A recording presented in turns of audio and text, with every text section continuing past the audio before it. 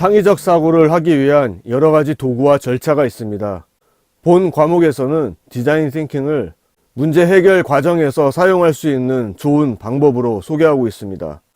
좋은 소프트웨어를 개발하기 위한 방법은 사용자들의 요구를 파악하고 그 요구를 제품에 반영하는 것이라고 단순하게 설명할 수 있습니다. 하지만 현업에서는 이 단순한 방법이 잘 적용되지 않습니다.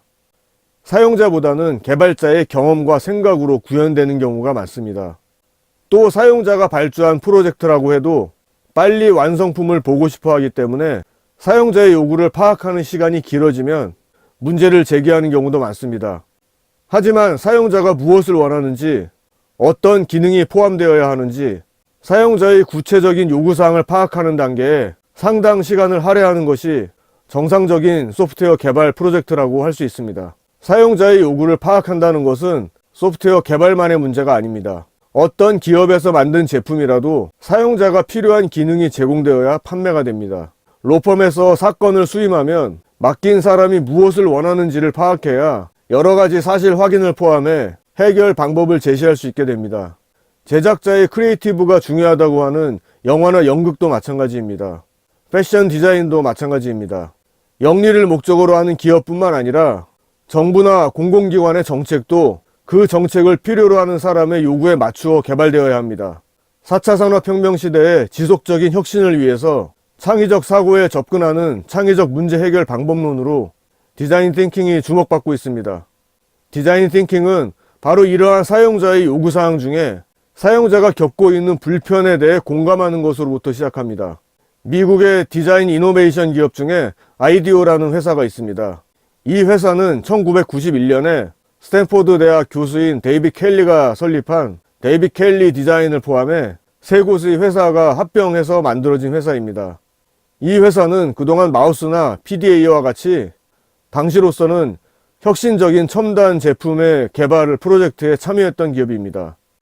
현재 약 700명이 넘는 직원이 근무하고 있는데 디자인 전공자만 있는 것이 아니라 인간공학, 기계공학, 전자공학, 산업공학, 소프트웨어공학 등 다양한 분야의 전문가들이 함께 일하고 있습니다. 미국 펠로엘토에 본사를 두고 있고 뉴욕, 시카고, 샌프란시스코, 독일 미넨, 영국 런던, 일본 도쿄, 중국 상하이 등의 브랜치를 두고 있는 회사입니다. 국내에서 출간된 아이디오 인간중심 디자인 툴킷에 보시면 아이디오에서 수행하는 프로젝트 기법을 간략히 이해할 수 있습니다. 또한 오브젝티파이드라는 다큐멘터리 영화를 보시면 여러 기업들이 수행하는 디자인 프로젝트의 창의적인 사례를 확인할 수 있습니다. 아까 말씀드린 이 회사의 창업자이자 회장인 데이빗 켈리와 그의 동생인 탐 켈리가 함께 쓴 유쾌한 크리에이티브라는 책이 있습니다. 원서 제목은 크리에이티브 컨피던스입니다. 또 탐 켈리는 아이디오에서 경험했던 혁신 사례를 정리하여 유쾌한 이노베이션, 이노베이터의 10가지 얼굴이라는 책을 쓰기도 했습니다. 모두 창의적인 사고를 간접 경험할 수 있는 좋은 책이라 소개해드립니다. 현재 아이디오의 CEO인 팀 브라운은 디자인 띵킹을 이렇게 정의하고 있습니다. 디자인 띵킹은 사람 중심의 혁신 접근 방법으로 사람들의 수요, 기술적 가능성, 비즈니스 성공을 위한 요구를 통합하기 위한 디자이너의 툴킷에서 도출된 것이다. 팀 브라운이 쓴 디자인에 집중하라를 보시면 디자인 띵킹에 대해 좀 더 자세히 알 수 있습니다. 다른 책은 몰라도 이 책은 본 과목에서 설명하는 디자인 띵킹을 이해하기 위해 꼭 한번 읽어보실 것을 추천해 드립니다. 다음으로 디자인 띵킹 프로세스 5단계에 대해 간략히 정리하도록 하겠습니다. 먼저 1단계는 공감입니다. 문제를 당면하고 있는 사람을 중심에 두고 문제를 바라보는 것입니다. 상담을 하기 위해서 그 고객의 생각을 들어보고 과거의 특이한 경험들을 알아야 하는 것처럼 공감이 필요한 이유는 그 대상이 지닌 문제를 이해하기 위해서입니다. 창의적 사고를 하기 위한 첫 출발은 대상에 대한 명확한 이해에서부터 시작합니다. 2단계는 정의입니다. 공감 단계에서 사용자에 대해 그리고 사용자가 가지고 있는 문제에 대해 관찰한 결과를 통해 문제의 본질을 정의하는 단계입니다. 도출된 문제 중에 가장 핵심적이고 본질적인 문제가 무엇인지를 찾아내는 과정입니다. 진정한 문제가 도출되어야 이후 단계에서 만들어진 해결 방법이 의미가 있는 것입니다. 3단계는 아이디어 만들기입니다. 명확한 문제가 정의되었다면 그 문제를 해결할 수 있는 해결책을 도출하는 단계입니다. 토론이라든가 브레인스토밍과 같은 방법을 이용하여 문제를 해결할 수 있는 다양한 아이디어를 도출할 수 있습니다. 최대한 많은 양의 아이디어를 확보한 뒤에 이 아이디어를 연결하고 조합하고 변형하고 수정하는 과정을 통해 좋은 아이디어를 선별하게 됩니다. 네 번째 단계는 프로토타이핑입니다. 앞서 도출된 최적의 아이디어를 실제로 보고 만질 수 있는 모형으로 제작해 보는 단계입니다. 만들다 보면 머릿속에만 들어있던 아이디어의 문제점이 드러나게 되고 다시 프로토타입을 수정하고 보완하는 과정을 통해 최적의 솔루션을 만들어낼 수 있게 됩니다. 마지막 5번째 단계는 테스트 단계입니다. 이 단계는 만들어진 제품을 실제로 적용해 보는 단계입니다.